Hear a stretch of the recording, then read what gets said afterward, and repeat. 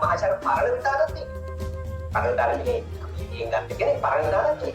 පුරා විද්‍යාව පරණ විතානගේ තොරව පුරා විද්‍යාවත් ගැන කතා කරන්නේ. ඒත් එක මොකද දන්නද? මහාචාර්ය සරච්චන්ද්‍ර ඒ පෙරන්නේ. ඔබට ඒ ලෙවල් වලදී හම්බ වෙනවා අබිනික්මන කියන කාව්‍ය පන්තිය රචනා කරන මහාචාර්ය සිරිකුලසිංහ. අපේ සංස්කෘත අධ්‍යයනාංශය. ඔබට හම්බ වෙනවා ඒ ලෙවල් වලදී විමල් විසානායි. ඒත් අපේ විශ්වවිද්‍යාල පෙරන්නේ. ඔබට හම්බ වෙනවා ගුණදාස අමරසේකර. ඒ කතාවක් තියෙනවා නූතන පටිසංග්‍රහ කවියකුත් තියෙනවා. හැබැයි මතක තියාගන්න. එයත් පෙරන්නේ. හැබැයි අපේ ශාස්ත්‍රපීඨයේ නෙමෙයි. දන්ත වෛද්‍ය මල්ලසේකර. අපේ ශීතලේ පෙරාරින්නේ අපේ පිටි.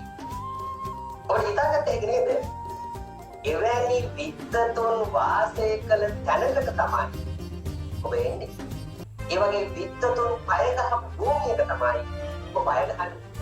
ඒ වගේ විද්වතුන් ඇවිත් බිමක තමයි අවුරුදු 4ක් ඔබ ඇවිදින්න හදන්නේ. ඒ නිසා ඔබ හිතන්න ඔබ මොන තරම් වාසනාවන්ත ප්‍රජාවක්ද ශිෂ්‍ය කණ්ඩායමක්ද යනවා.